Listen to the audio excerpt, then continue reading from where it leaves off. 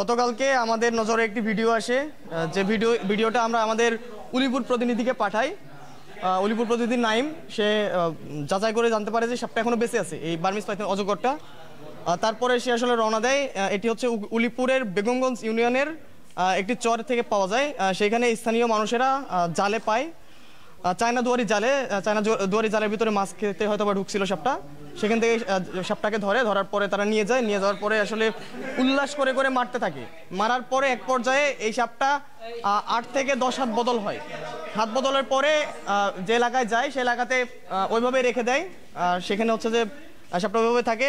যে ছোট ছেলেপেলে ছিল তারা মারতেছিল। তো আমাদের রেস্কিউয়ার যখন যায়, রেস্কিউয়ার যাওয়ার পর ওইখানে একজন সেনা সদস্যের সহযোগিতায় সাপটা উদ্ধার করার পর সে উলিপুরে নিয়ে আসে। তারপরে এখান থেকে আমি রওনা দিই, যখন জানতে পারি যে সাপটার অবস্থা খুবই খারাপ। সাপ যেহেতু ইনজুর্ড আছে, মাথায় আঘাত আছে, তারপরে হচ্ছে মুখের ভিতরেও আঘাত। তো যার কারণে মূলত আমি যাই গতকাল রাতে যাওয়ার পরে আমরা নিয়ে আসার পরে রংপুর চিড়িয়াখানার যে জু অফিসার ভেট শাহাদত আঙ্কেল, ওনার কাছে নিয়ে যায়, ওনার প্রাইভেট চেম্বারে। উনি সাপটাকে দেখার পরে প্রাথমিক যে ট্রিটমেন্টটা দেওয়ার দরকার সেই ট্রিটমেন্টটা দেওয়া হয়। দেওয়ার পরে আসলে এই সাপটা আমরা কালকে দেখি যে মাথায় প্রচুর আঘাত পায় এবং মুখের ভিতরে অনেক বেশি ক্ষত আছে, দাঁতগুলো ভেঙে গেছে। তো দীর্ঘদিন তার ট্রিটমেন্ট চালাইতে হবে। যদি আমরা ঠিকভাবে ট্রিটমেন্ট করতে পারি সেক্ষেত্রে সাপটাকে বাঁচানো পসিবল হবে। আচ্ছা, আপাতত বন বিভাগ করতেছে না, আমরাই করতেছি। যদি এখন ওই সিদ্ধান্ত হয় নাই যে আমরা এখনই বন বিভাগের কাছে হস্তান্তর করবো নাকি আমাদের কাছেই রাখবো। এখন সে যেহেতু মাথায় আঘাত পাইছে, তার ব্রেনের একটা হ্যামোরেজ হইতে পারে, যার কারণে সেই ট্রিটমেন্টটাও পাচ্ছে। এবং মুখের ভিতরে যে ক্ষতগুলো যেন দ্রুত শুকায় আর এখান থেকে যেন ব্যাকটেরিয়া কোনো ঝামেলা না করতে পারে, সেজন্য সেই মেডিসিনটা দেওয়া হচ্ছে, এবার ট্রিটমেন্টটা চলতেছে।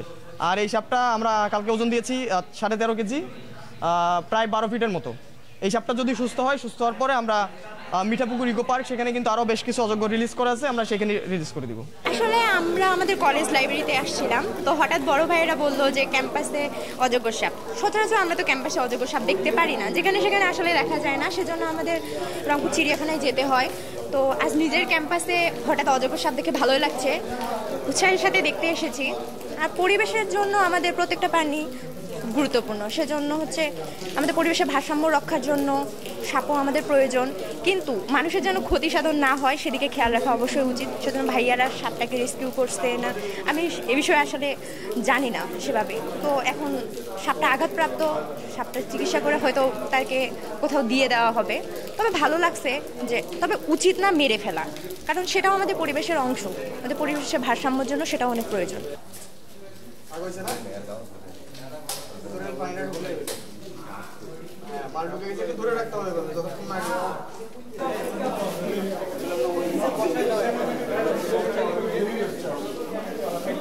প্রথমেই আমি রেস্কিউ টিমকে ধন্যবাদ জানাই যে হচ্ছে সাপকে না মেরে ফেলে সাপটাকে হচ্ছে জীবিত রাখা হয়েছে। আমরা অনেক আগে দেখছিলাম যে সাপ দেখা গেলে সাপকে মেরে ফেলা হতো, কিন্তু এটা আমাদের পরিবেশের জন্য অনেক ক্ষতিকর বিষয়। সাপ বস্তুতন্ত্রের অনেক উপকারী একটা প্রাণী। তারপর ইদানিং আমরা দেখতেছি সাপ লোকালয়ে প্রবেশ করতেছে। এর মূল কারণ হচ্ছে যে বন জঙ্গল উজাড় করা হচ্ছে এবং সাপের আবাসস্থলের বা বিভিন্ন হুমকির কারণে সাপ আমাদের লোকালয়ে চলে আসতেছে। ইদানিং আমরা দেখতেছি আমাদের ক্যাম্পাসে বিষধর সাপ শুরু করে যেগুলো সাপ বিষধর নয় সেই সাপগুলোর আনাগোনা অনেক বেড়ে চলেছে। তা আমাদের সর্বপ্রথম উচিত হচ্ছে যে সাপের আবাসস্থলকে যাতে হুমকির মুখে না পড়ে এবং সাপকে মেরে না ফেলে সাপকে রেস্কিউ করে আমরা সাপের জন্য যে জায়গাটা উপকারী সেই জায়গাটায় রেখে দিতে পারি।